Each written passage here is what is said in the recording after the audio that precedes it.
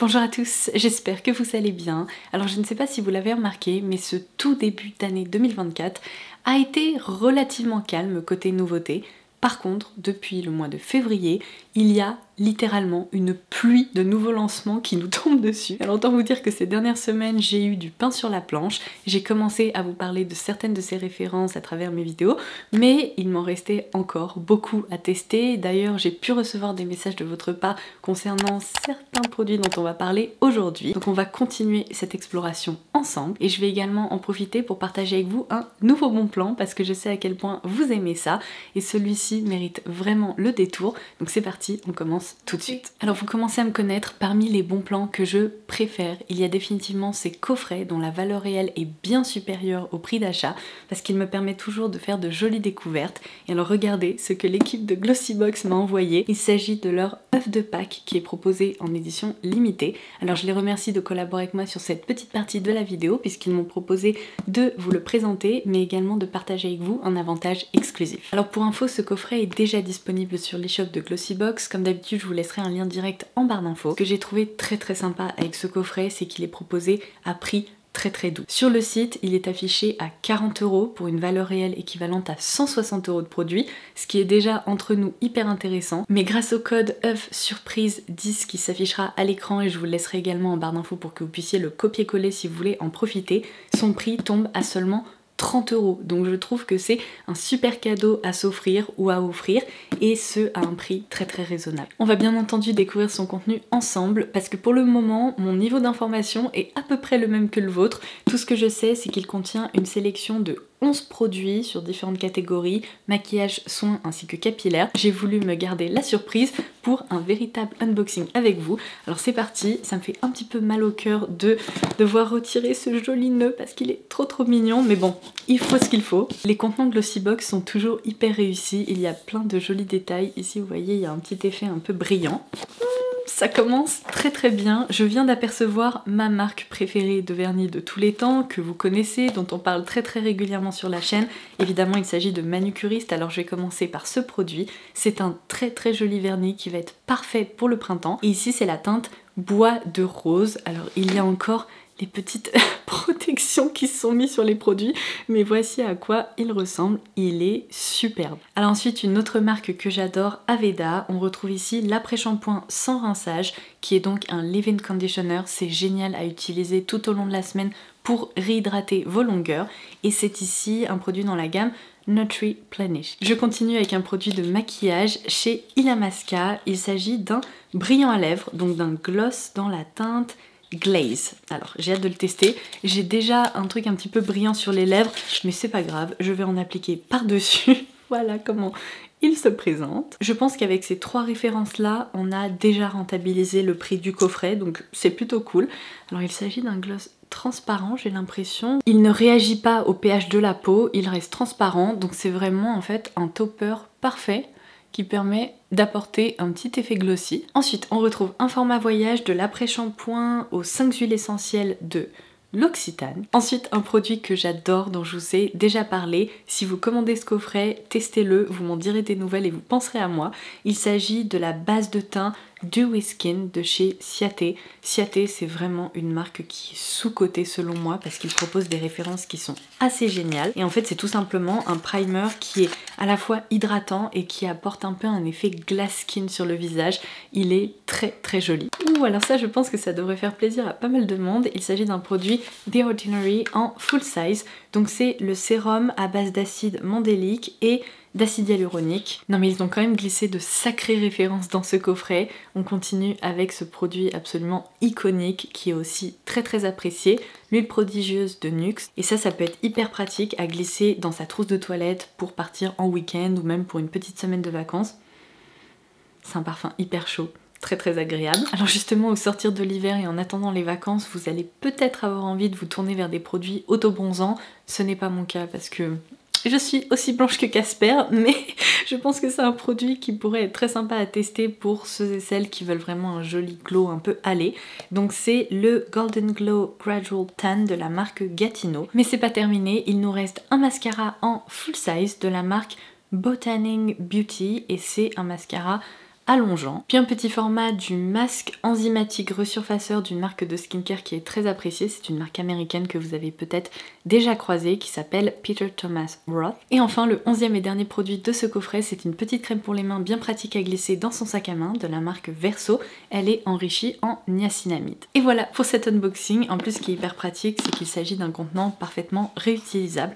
Donc comme je vous le disais, je vous laisserai tous les détails de ce bon plan directement sous cette vidéo si jamais vous voulez en profiter. Je vais donc continuer avec la suite de ma sélection de nouveautés du moment. Vous avez peut-être vu passer cette info sur les réseaux sociaux ou directement sur le site de Sephora, mais Benefit, qui nous proposait déjà une large gamme de produits pour les sourcils, vient de nouveau de l'agrandir avec ses 3 nouveautés. Alors je vais commencer par celle que je préfère, qui nécessite d'être un petit peu apprivoisée, mais je dois dire que le rendu dans les sourcils est vraiment très joli, particulièrement si vous avez envie de créer un effet poil à poil ou que vous avez envie de combler des petits trous, etc.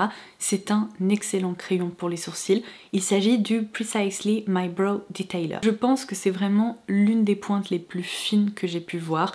Elle ressemble parfaitement à une mine de Critérium pour vous donner une idée. Donc l'avantage, c'est que grâce à ce crayon, vous allez bien entendu pouvoir réaliser du travail hyper minutieux, très détaillé, et pourtant la texture est très agréable parce que elle marque bien, mais elle peut tout à fait se travailler et s'estomper avec le petit goupillon qui est inclus de l'autre côté du crayon. Mais si je vous disais qu'il nécessite d'être apprivoisé, c'est parce que tout comme les Critérium, si vous sortez un tout petit peu trop de mine, mais vraiment 1 mm de trop, elle aura tendance à se casser, ça m'est déjà arrivé, et c'est extrêmement énervant, parce que quand on regarde la taille du crayon, je pense que la taille de la mine doit pas être extrêmement longue, donc le rapport qualité-prix est pas extraordinaire. Je trouve que c'est un produit qui coûte quand même assez cher pour ce que c'est, d'autant plus que les crayons pour les sourcils, lorsqu'ils sont aussi fins et que les mines sont aussi courtes, on a tendance à les terminer relativement rapidement, mais c'est vrai qu'il est quand même excellent. Dans sa catégorie, en matière de crayon très fin, eh bien il fait de l'excellent travail, j'aime beaucoup m'en servir,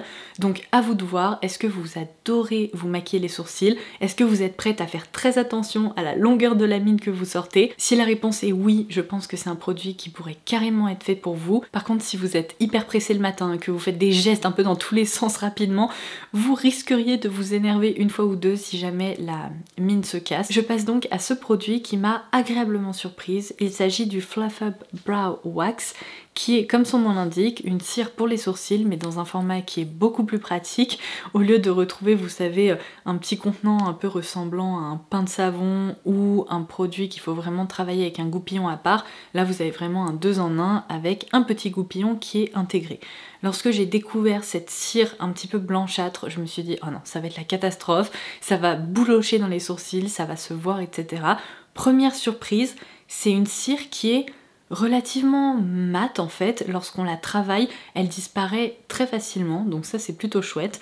Après, je pense que je préfère quand même utiliser un mascara transparent qui fixe super bien, qui dompte et qui vraiment reste en place toute la journée, mais contrairement à d'autres cires qui sont beaucoup plus molle en quelque sorte et qui laisse les sourcils retomber au bout d'un quart d'heure, celle-ci possède quand même une petite tenue. Donc ça, j'aime bien. Par rapport à d'autres équivalents que j'ai pu tester, je trouve que c'est une jolie nouveauté, donc je vais continuer de m'en servir. Et alors, le produit pour lequel je suis un petit peu mitigée, parce que j'ai pas retrouvé en fait tout à fait les mêmes propriétés que dans la cire transparente. D'ailleurs, le packaging n'est pas le même, ça me fait dire que la formule ne doit pas être la même non plus. Il s'agit cette fois-ci du Precisely My Brow Wax. Donc c'est de nouveau apparemment une cire pour les sourcils qui cette fois-ci est teintée, seulement je retrouve plutôt une texture en fait de mascara pour les sourcils, et ce produit est très sympa si vous voulez vraiment étoffer vos sourcils et donner vraiment un côté très fluffy, parce que on a l'impression, si vous voulez, que ça les épaissit et ça permet vraiment de bien les coiffer, de les étoffer. Par contre, la tenue n'est pas exceptionnelle et le rendu est presque un petit peu trop fluffy à mon goût. Je vais vous montrer des images de démo là à l'écran. Alors ensuite je passe à un sujet qui risque de fâcher un petit peu. J'ai déjà commencé à recevoir des messages de votre part me demandant est-ce que j'ai testé le nouveau Super Baby Concealer d'Herborian et qu'est-ce que j'en ai pensé. Ça fait déjà plusieurs jours que je m'en sers et pour être tout à fait honnête, j'ai un petit peu de mal à comprendre pourquoi ce produit est en train de faire le buzz sur les réseaux sociaux. Je vais essayer de vous expliquer pourquoi. Voici comment il se présente. J'aime bien ce tube un peu mou qui permet vraiment d'appuyer dessus, surtout vers la fin de l'utilisation du produit. Et on retrouve également un petit embout applicateur qui est très précis, donc ça c'est cool. J'ai pas envie de casser l'ambiance, alors je vais commencer par les points positifs. Le premier, c'est vraiment à souligner, il fait partie des rares anti-cernes qui proposent un SPF à l'intérieur. Donc on y retrouve un SPF de 25 et protéger la zone du contour de l'œil qui est fine, sensible et fragile. Je trouve que c'est un très bon point. L'autre point positif à noter, c'est définitivement sa texture qui est en effet hyper fine, qui est malléable, qui est agréable à travailler et qui ne marque pas. Par contre, je trouve que de l'autre côté, il y a un point négatif à noter, c'est que sur le packaging, il est indiqué que c'est un anti-cerne haute couvrance, fine, naturelle et longue tenue. Alors haute couvrance, je ne suis pas d'accord. Je trouve que la texture est en quelque sorte trop fine pour être haute couvrance, si vous voulez. C'est vraiment une couvrance selon moi moyenne. Et le problème que je rencontre avec ce produit, j'ai déjà eu l'occasion de le constater à plusieurs reprises, c'est qu'au bout de quelques heures, la texture est tellement fine qu'elle s'affine encore plus et en fait j'ai des petites zones d'ombre qui commencent à apparaître sous les yeux. Par rapport à d'autres anti-cernes que j'adore, il n'apporte pas vraiment d'éclat en fait. Il permet juste, si vous voulez, d'unifier, de couvrir à la fois les cernes, les petits capillaires, etc. Mais niveau éclat, c'est pas tout à fait ce que je recherche. Moi j'ai besoin vraiment d'un anti-cerne qui ouvre le regard et de ce côté-là, eh bien je ne constate pas cet effet.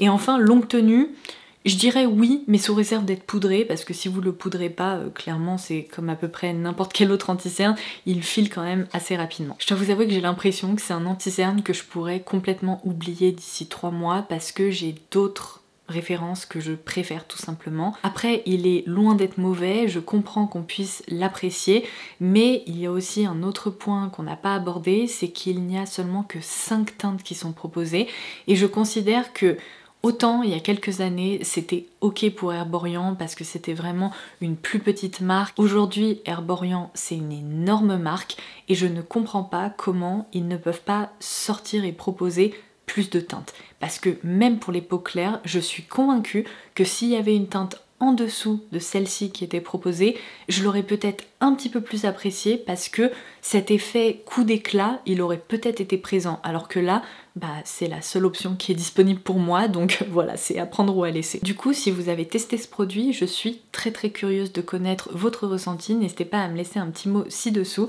je vous lirai avec plaisir. Parce que s'il fait autant parler de lui, c'est qu'il doit y avoir plein de personnes qui l'adorent et qui l'ont complètement adopté, mais je pense qu'il y en a aussi d'autres qui doivent se dire sympa mais pas extraordinaire comme moi en fait, donc voilà, on pourra en discuter. Alors ensuite, même s'il s'agit d'une énième nouveauté dans cette catégorie, j'étais trop tentée, j'ai commencé à me servir du Glow Tape de chez Tarte qui a rejoint cette gamme, vous savez, de petites baguettes magiques. Vous connaissez mon amour pour la teinte Spotlight chez Charlotte Tilbury qui est vraiment un highlighter crème, enfin presque liquide, qui est sublime, qui possède des reflets presque métalliques, qui apporte un sacré éclat sur la peau.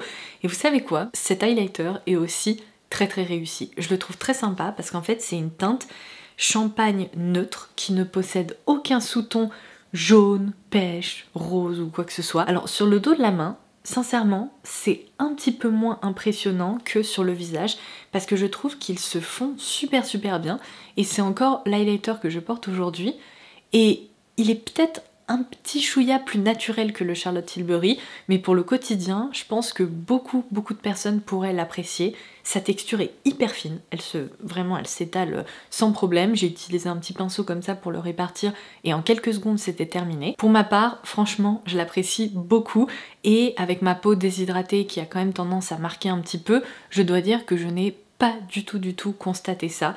Donc franchement, il est cool, je l'aime. Et enfin, je vais terminer cette vidéo par le nouveau quad de fard à paupières Pat McGrath dans la déclinaison Passion Fleur. Vous avez peut-être vu passer sur mes réseaux sociaux une mini vidéo que j'ai filmée dès que j'ai reçu cette petite palette, parce que j'ai trouvé le packaging absolument sublime. J'avais envie d'y plonger mes doigts et de voir ce que les fards allaient donner. Et je dois dire que ma première impression a été hyper positive.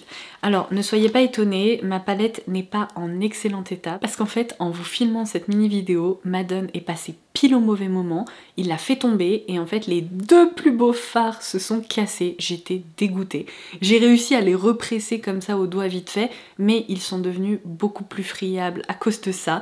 Donc disons que si vous optez pour ce quad, vos fards seront un petit peu plus jolis, il n'y aura pas de la poudre partout, mais ça ne m'empêche pas de m'en servir parce que ils sont vraiment très très jolis ces fards. Pour apprécier cette palette, il faudra vraiment apprécier les sous-tons un petit peu rose, un petit peu chaud, qui rappellent presque une ambiance coucher de soleil. Je m'en suis une nouvelle fois servie pour me maquiller aujourd'hui et je vais également vous montrer un autre maquillage que j'avais réalisé il y a quelques jours à l'écran pour vous montrer comment ces fards se manipulent. Ce qui est assez étonnant, c'est que généralement, j'aime pas tellement les fards avec des sous-tons très roses, un peu mauve, mais ces deux fards à effet sont tellement beaux que ça contrebalance un peu le fait que bon, ces deux fards là j'aurais pas trop tendance à me tourner vers eux, mais vu qu'ils sont présents dans ce quad, eh bien ça me donne un petit peu d'inspiration pour porter des maquillages assez différents. Vraiment il y a un truc avec les fards à effet de chez Pat McGrath, ils me volent mon attention à chaque fois parce que c'est quasi impossible, si vous voulez, de retrouver des fards avec cette intensité-là. Non mais regardez-moi ça. Bientôt, je vais pouvoir m'observer, vous savez, comme dans un miroir. C'est juste fou. Ce fard est sublime. En fait, ce quad me donne exactement un peu la même impression que le coup de cœur que j'avais eu l'année dernière maintenant pour cette palette en longueur dans laquelle il y avait un fard tout à fait similaire, peut-être un petit peu plus clair, un petit peu plus effet doré. Celui-ci ressemble plus à un rose gold en fait, mais j'ai exactement eu le même coup de cœur pour cette teinte-là que pour cette fameuse teinte dont je n'ai pas arrêté de vous parler. Donc on est d'accord, on est loin des prix des palettes de maquillage drugstore, mais on est sur une marque avec une véritable expertise en matière de formule, de texture, et ce quad là est une nouvelle fois très réussi. Si l'harmonie vous plaît, franchement je pense que vous ne serez pas déçus. Rien que pour le fait qu'elle ait réussi à me faire sortir de ma zone de confort et que j'ai porté des maquillages comme ça un petit peu roses ces derniers temps, eh bien je dois dire que c'est un succès. Et voilà, c'est tout ce que j'avais prévu pour aujourd'hui. J'espère que cette vidéo vous aura plu et qu'elle aura pu vous guider, notamment si vous aviez repéré certaines de ces nouveautés. Entre nous, je sais qu'il y a plein d'autres lancements sur lesquels se pencher actuellement et c'est exactement ce que je suis en train de faire. Donc je vais continuer mon exploration et je pourrai revenir vers vous un petit peu plus tard dans une future vidéo. Juste avant de partir, n'hésitez pas à me dire en commentaire ci-dessous si vous allez craquer pour l'œuf de Pâques proposé par Glossybox. Si vous avez des questions, n'hésitez pas également à les laisser, j'y répondrai avec plaisir. Et en attendant ma prochaine vidéo, je vous embrasse très fort et je vous dis à très vite. Bye bye!